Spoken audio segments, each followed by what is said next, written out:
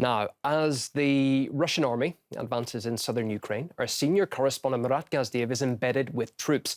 He was there as the military discovered and cleared the house of one leader of a neo-Nazi group. Behind the curtains of Russia's special operation in Ukraine, a vast yet underreported enterprise is also underway: the denazification of Ukraine. For many years now, the West has dismissed Russia's concerns about the growing power of Nazis and far-right groups here in Ukraine. This is the house of the local leader of the right sector, which is an openly neo-Nazi organization in Ukraine, which has prospered over the last 8 years. Outside his house is a sign. This is Gagarin Street. It reads Gagarin Strasse, the German for street. He made no secret of who he was. He led the right sector office here in Berdyansk. This is his house. He himself ran away. The house itself is for now a crime scene. We can't enter, but we have seen the footage and some of the things that have been brought out of the house by Russian investigators who are determined to denazify and to reverse what Ukraine has become. His name is Viktor Plotnikov, and like many of Ukraine's nationalists, he has a great fondness for all things that have a swastika on them. His family has kept archives and Nazi memorabilia throughout the years. He, his wife, children and sister are all members of right-wing organizations. Here's his right sector membership card. He's a unit commander, and here he is himself. And here, they say there's no fascism in Ukraine. A call to kill Russians, whom they derogatorily call Mongols. These are some of the images seized in his house. It reads 9th November 1943, an original. There's plenty of propaganda material, ID cards left behind by this man. His son, we won't show you his face, but he, along with his brother, went to an elite military school in Ukraine, in Kiev. These are the sorts of people that were accepted there. Everywhere there's military uniforms, Nazi military uniforms. This cap, the SS division Totenkopf, which answered for the extermination and concentration camps ran by Hitler's Germany. Another one, a picture of Adolf Hitler, along with the local division of the SS, known for their brutality, mostly made up of Ukrainian volunteers, but this was all out in the open. Everyone knew who he was, and he was an influential figure in this new Ukraine that formed after 2014. He ran, leaving all of this behind because he is well aware of what Russia's denazification campaign operation will mean for him specifically. Mr. Plotnikov is one of thousands of radical right-wing leaders, fighters and enablers that Russia has kept tabs on throughout the years. We have confirmed evidence of 53 crimes that were committed by Plotnikov, and in around 70 more cases he is considered an accomplice. We have proof that he perpetrated multiple rapes. He was considered a merciless and powerful militia. As Russian forces advance, many of these neo-Nazis and war criminals, they flee, abandon homes and possessions, even family. Now they have taken to threats and violence against civilians, much as Nazis did to terrorize the population in liberated areas. They threaten people. They hunt for people on social media. They look for their relatives in areas controlled by the Ukrainian government. They threaten people directly or threaten their relatives. People fear not only for their lives, but also for the lives of their close ones. We've seen it ourselves. Empty jails and prisons, murderers and killers armed and released if only they agreed to fight for Kiev. That or carry out assassinations for Kiev.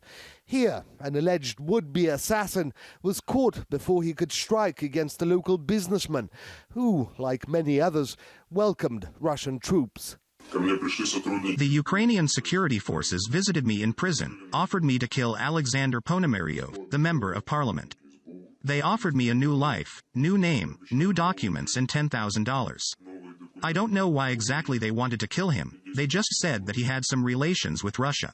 Ukraine's nationalists and war criminals used to laugh at Russian warnings. They were convinced in their own invulnerability that they would forever enjoy total dominance over the country, the population by fear and arms. This special operation has changed their minds. They no longer laugh. Now they flee. Murat Gazdiev, RT from Berdyansk, Ukraine. Представители силовых и правоохранительных структур России провели в поселке городского типа Приморск Бердянского района осмотр по месту проживания члена националистической радикальной организации «Правый сектор». Плотников Виктор Иванович, позывной «Бача», один из тех, кто, придерживаясь нацистской идеологии, держал в страхе жителей Бердянского района, имеющих иную точку зрения. В логове националиста найдены и изъяты большое количество доказательств его причастности к военным преступлениям. Оружие, боеприпасы, наградные удостоверения за участие в карательной операции в Донбассе, фашистская символика, а также целый архив документов и фотографий периода Второй мировой войны, в котором собраны фотографии немецких офицеров, их пособников, членов Украинской повстанческой армии, агитационный немецкий материал и литература. Плотников Виктор Иванович, который проживал в данном доме, являлся лидером ячейки правого сектора по городу Бердянску и поселку городского типа Приморск. Был неоднократно зафиксирован, есть факты совершения им преступлений в отношении мирных жителей, выходцев с Донбасса. Есть факты, когда он лично принимал участие в изнасиловании женщин. Вот. Он считался очень авторитетным и очень жестоким боевиком.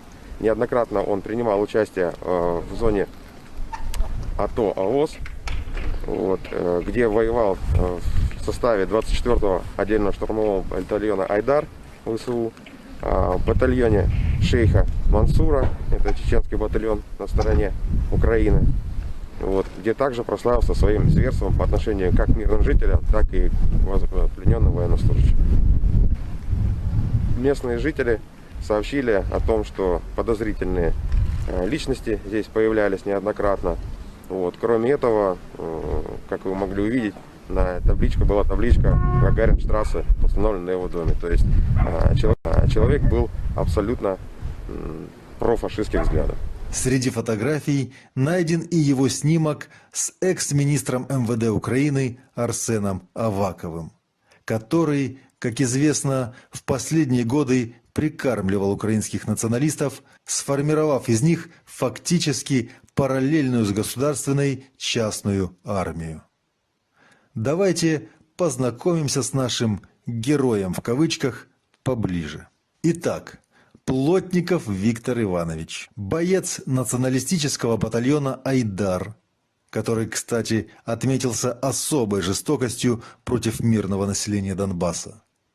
Боец добровольческого чеченского батальона имени шейха Мансура, руководитель краевой организации «Народный рух Украины», руководитель Бердянского отделения «Правый сектор», ну и, конечно же, член Ассоциации по борьбе с организованной преступностью.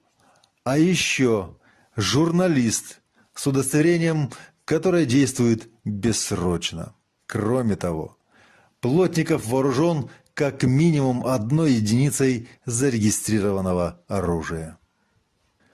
А вот и удостоверение его жены, Плотниковой Кристины Валерьевны, с позывным «Крисмас».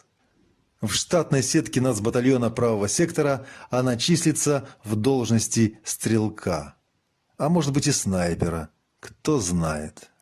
Здесь же найдена и трудовая книжка сподвижника нацистского движения. Его трудовой путь отмечен такими должностями, как рабочий, разнорабочий, грузчик, работник кладбища. В последний раз он работал в декабре 2012 года, то есть за год до начала Майдана, в должности дворник. Но 8 лет назад его карьера резко пошла вверх. Возглавив одно из подразделений боевиков Майдана, он нашел себя в войне с русскими. Как сельский житель русского юга Украины стал сподвижником фашистской идеологии, мы не знаем. Но в ближайшее время его преступления лягут в материалы уголовного дела.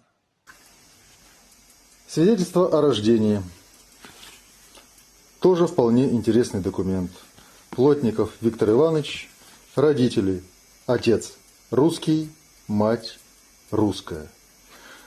Что же сподвигло русского человека поднять оружие против русского народа?